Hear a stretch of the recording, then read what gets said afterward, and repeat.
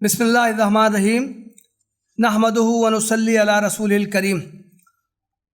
محترم امیر جماعت اسلامی ہند اور اسٹیج پر موجود مہمانان کرام، بزرگوں، بھائیوں، دوستوں، اللہ تعالیٰ کا لاکھ لاکھ شکر ہے کہ ہمارا یہ اجتماع جو بعض موانع مشکلات کے باوجود منعقد ہو رہا ہے، اس موقع پر میرا دل خوشی و مسرت کے جذبات سے لبریز ہے۔ یہ پروگرام تقریباً 5 مہینے پہلے فائنل کیا گیا تھا۔ اس وقت سے برابر اس کی تیاریاں ہو رہی تھیں، حلقوں سے رابطے کیے گئے تھے، علماء کی فہرستیں بنانے کی تاکید کی گئی تھی، لیکن اس کے باوجود بھی ہم جانتے ہیں کہ کورونا اور لاک ڈاؤن کے پے در پہ اسباب احکام کی وجہ سے اس میں کی رکاوٹیں آ رہی تھیں، اور ابھی حال میں کچھ دنوں پہلے اس کا اندیشہ پیدا ہو گیا تھا کہ اسے ملتوی کرنا پڑے گا، لیکن اللہ تعالیٰ کا شکر ہے کہ ایسے اسباب فراہم ہوئے، ایسے حالات بنے کہ ہم یہ اجتماع کرنے میں کامیاب ہو گئے۔ محترم بھائیوں، میں سمجھتا ہوں کہ یہ اجتماع متعدد پہلوؤں سے انفرادی اہمیت رکھتا ہے۔ بہت کم اجتماعات ایسے ہوتے ہیں۔ میں اپنے سامنے دیکھ رہا ہوں جو علماء اس مجلس میں موجود ہیں، وہ پورے ملک میں کے مختلف بڑے دینی مدارس سے فارغ ہیں، مختلف مکاتب فکر سے ان کا تعلق ہے، مختلف دینی جماعتوں تنظیموں سے وہ وابستگی رکھتے ہیں، ملک کے مختلف حصوں سے، پورے ملک سے وہ تشریف لائے ہیں، چانچہ یہاں صرف کیرلا کی نمائندگی نہیں ہے۔ زبان کی وجہ سے ان حضرات نے معذرت کی کہ ہمارے علماء جو ہیں وہ صحیح طریقے سے استفادہ نہیں کر سکیں گے، ورنہ کیرلا کے علاوہ ملک کی تمام ریاستوں کے یہاں علماء موجود ہیں۔ اسی طرح آپ حضرات یہ بھی دیکھیں گے کہ مختلف عمروں کے بھی ہیں، اگرچہ زیادہ تعداد نوجوانوں کی ہے، لیکن اس کے علاوہ بھی دوسرے اور بھی علماء یہاں موجود ہیں۔ اسی طرح وہ مختلف صلاحیتوں کے بھی حامل ہیں، ان میں خطبہ ہیں، ائمہ مساجد ہیں، مصنفین ہیں، واعظین ہیں، سماج سے ان کا گہرا قریبی تعلق ہے اور مختلف انداز سے وہ سماج میں خدمات انجام دے رہے ہیں۔ محترم بھائیوں، اس نوعیت کا اجتماع مرکز جماعت میں گزشتہ کچھ عرصے سے ہر 2 برس پر منعقد ہوتا رہا ہے۔ یہ آخری اجتماع 2017 میں ہوا تھا، اس کے بعد کووڈ اور لاک ڈاؤن کی وجہ سے 2 سال کے بعد اس کا انعقاد نہیں ہو پایا تھا۔ اب ہمیں اس کے انعقاد کی توفیق ہوئی ہے۔ اس موقع پر میں محترم مولانا محمد رفیع قاسمی صاحب کو میں یاد کرتا ہوں۔ اس موقع پر وہ بہت شدت سے ہمیں یاد آ رہے ہیں۔ اس سے پہلے وہ شعبہ اسلامی معاشرہ کے ذمہ دار تھے، دارالعلوم دیوبند کے وہ فارغ تھے، وہاں کے بزرگوں ذمہ داروں سے ان کا قریبی تعلق تھا۔ مولانا پورے ملک میں برابر دورہ کرتے رہتے تھے، ملک کے بڑے بڑے مدارس میں ان کو جانے کا موقع ملتا تھا، وہاں کے ذمہ داروں سے ان کے روابط تھے، اور اس طرح گویا کہ طبقہ علماء میں جماعت کو متعارف کرانے میں، ان کو قریب کرنے میں ان کی غیر معمولی خدمات ہیں۔ ابھی کچھ عرصہ پہلے ان کی وفات ہو گئی، اللہ تعالیٰ ان کی مغفرت فرمائے۔ محترم بھائیوں، دوستو، اس موقع پر میں جماعت اسلامی ہند کا تعارف کرانے کی مطلق ضرورت نہیں محسوس کرتا، اس لیے کہ میں سمجھتا ہوں کہ آپ میں سے تمام ہی افراد اس سے کچھ نہ کچھ ضرور واقف ہوں گے۔ بہت سرسری انداز میں جماعت کن میدانوں میں کام کر رہی ہے اس کا بہت ہی سرسری تذکرہ میں کرنا چاہوں گا۔ جماعت کا ایک شعبہ دعوت ہے جو اسلام کا پیغام اللہ کے تمام بندوں تک پہنچانے کے لیے کوشاں ہے، اس کے لیے وہ مختلف تدابیر اختیار کرتا ہے۔ جماعت کا شعبہ تربیت ہے جو اپنے کارکنان اور وابستگان کی علمی، فکری، روحانی تربیت کے لیے فکر مند رہتا ہے، اس کے لیے مختلف تدابیر اختیار کرتا ہے۔ جماعت نے ابھی کچھ عرصہ پہلے ایک شعبہ HRD کا قائم کیا ہے، ہیومن ریسورس ڈیولپمنٹ۔ اس کے ذریعے اپنے وابستگان کی مختلف ہمہ جہت صلاحیتوں کا ارتقاء کرنے کی کوشش کی جاتی ہے۔ جماعت کا شعبہ خدمت خلق بڑے پیمانے پر ملک میں رفاہی خدمات انجام دینے کی کوشش کرتا ہے، وہ چاہے قدرتی آفات ہوں یا چاہے فرقہ وارانہ فسادات ہوں۔ ہر موقع پر جماعت کے شعبہ خدمت خلق کی طرف سے رفاہی کام انجام دینے کی کوشش کی جاتی ہے۔ اس کے علاوہ تعلیم کے میدان میں اسکالرشپ کے ذریعے اور مختلف مناسبتوں سے بھی فقراء اور غرباء کی امداد کی کوشش کی جاتی ہے۔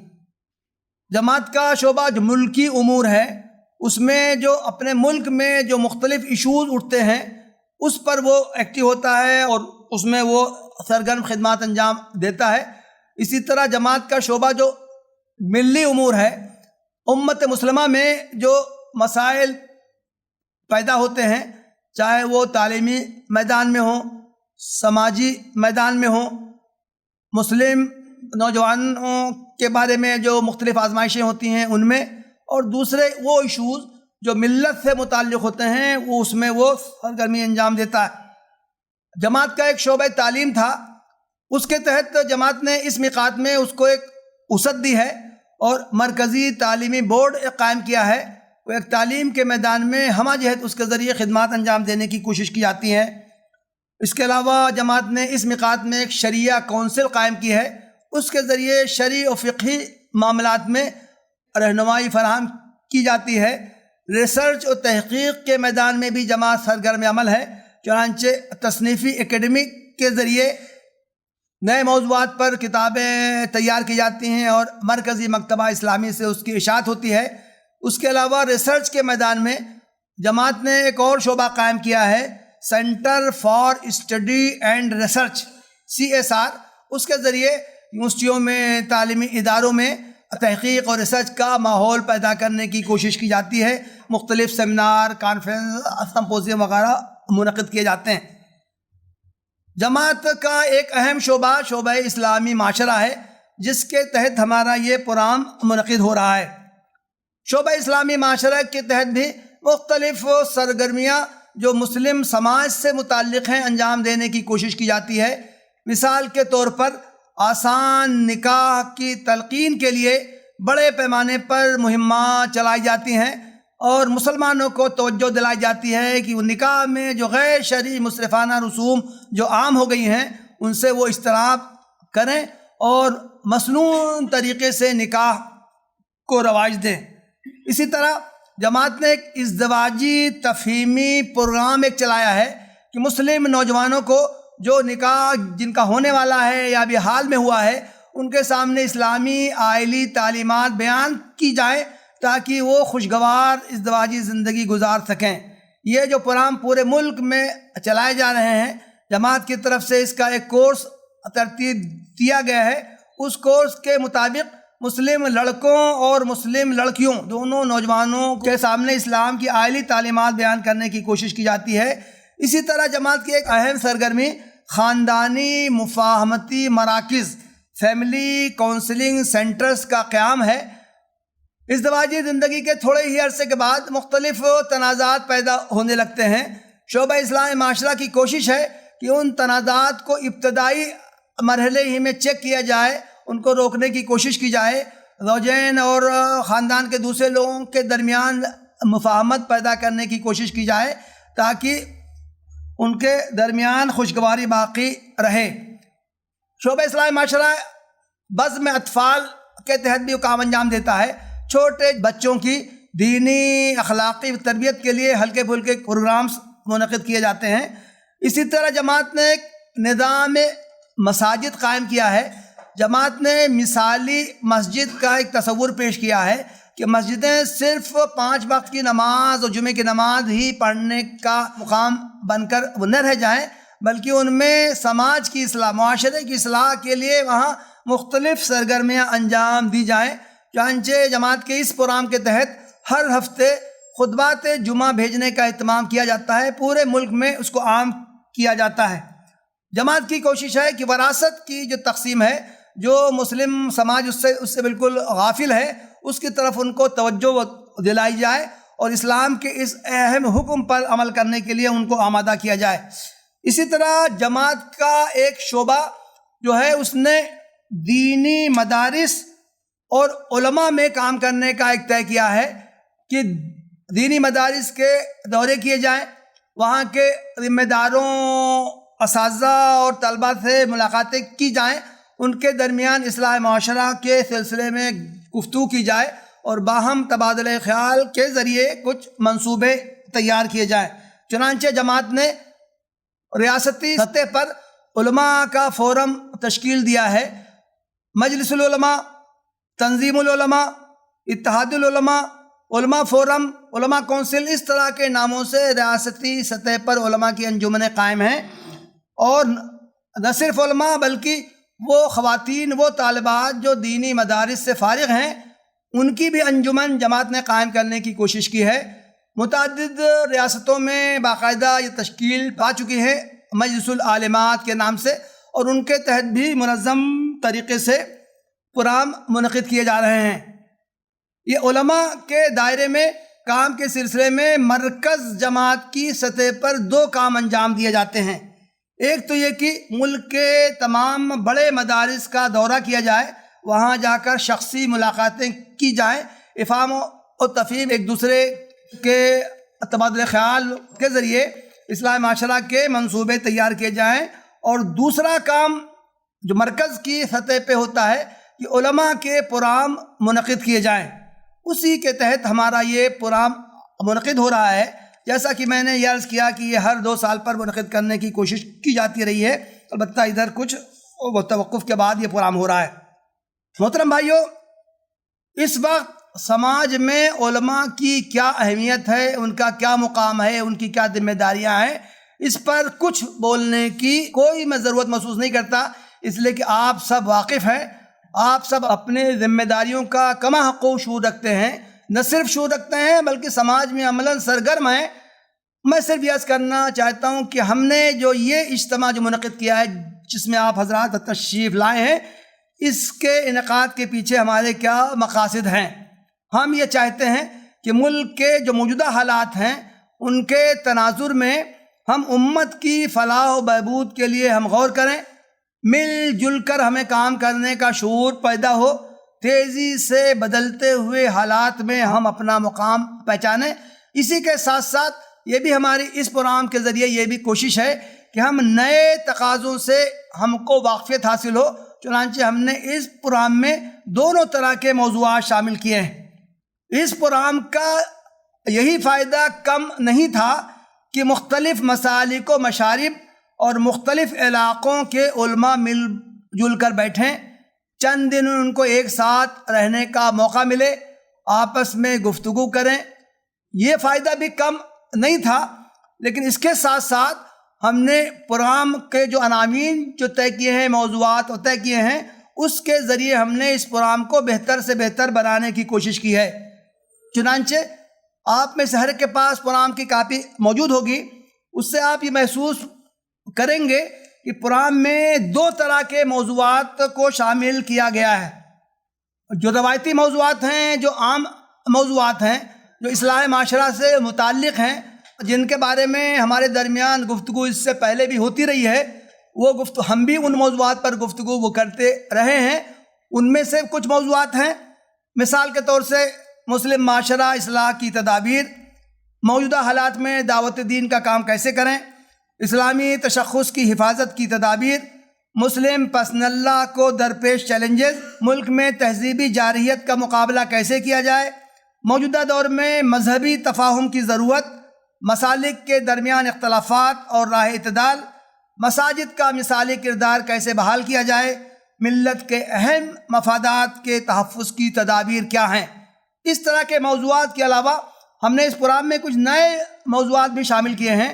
مثال کے طور سے موجودہ دور کے معاشی و مالیاتی چیلنجز، معاصر میڈیا سے ہمارا تعلق کیسا ہو، جدید ٹیکنالوجی سے ہم کیسے استفادہ کریں، کونسلنگ جو یہ موجودہ دور کا ایک نیا فن ہے، اس سے علماء کیسے واقف ہوں، علماء کی صلاحیتوں کا ارتقاء کیسے ہو، نئے حالات میں شرعی رہنمائی کے کیا تقاضے ہیں، اور یہ ہندوتوا جو بڑھ چڑھ کر ہمارے سامنے آ رہا ہے، یہ اس کی فکر کیا ہے، حکمت عملی کیا ہے، اور اس کے اثرات کا ہم مقابلہ کیسے کریں۔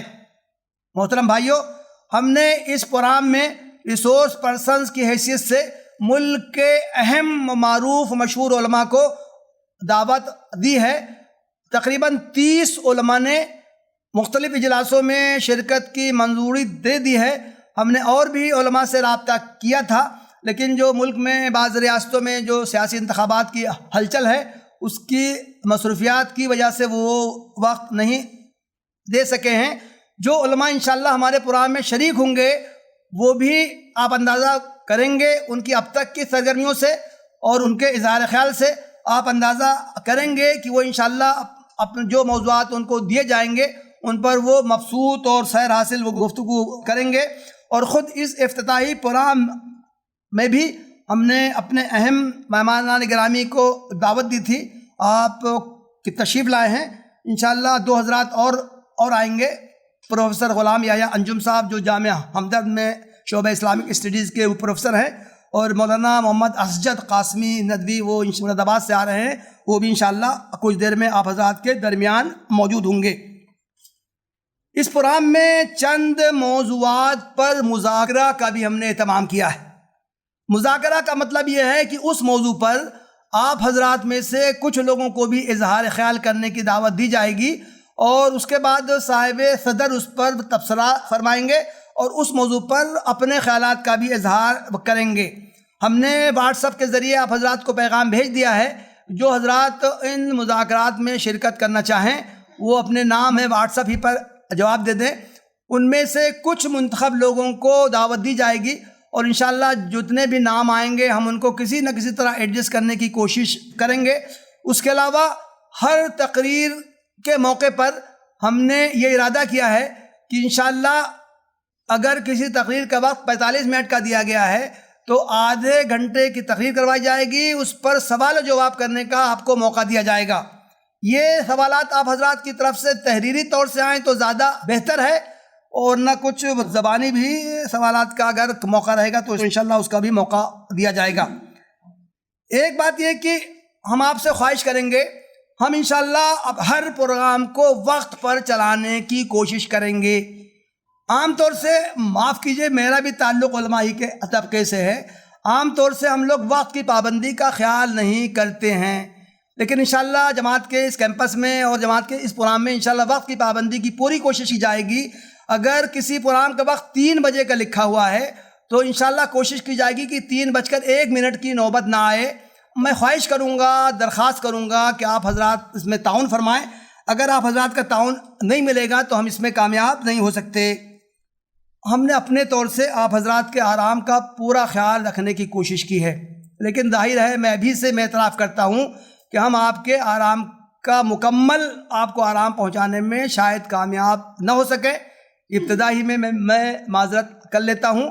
آپ حضرات کو جس طرح کی بھی کوئی ضرورت ہو، ہم نے تو میڈیکل کا بھی انتظام کیا ہے، اس کے علاوہ رہائش کا، کھانے کا، کسی طرح کی آپ کو کوئی عذر ہو، کسی طرح کا کوئی آپ کو کھانے پینے میں کوئی پرہیز ہو تو آپ استقبالیہ پر آپ نوٹ کرا دیں، انشاءاللہ اس کو فراہم کرنے کی کوشش کی جائے گی۔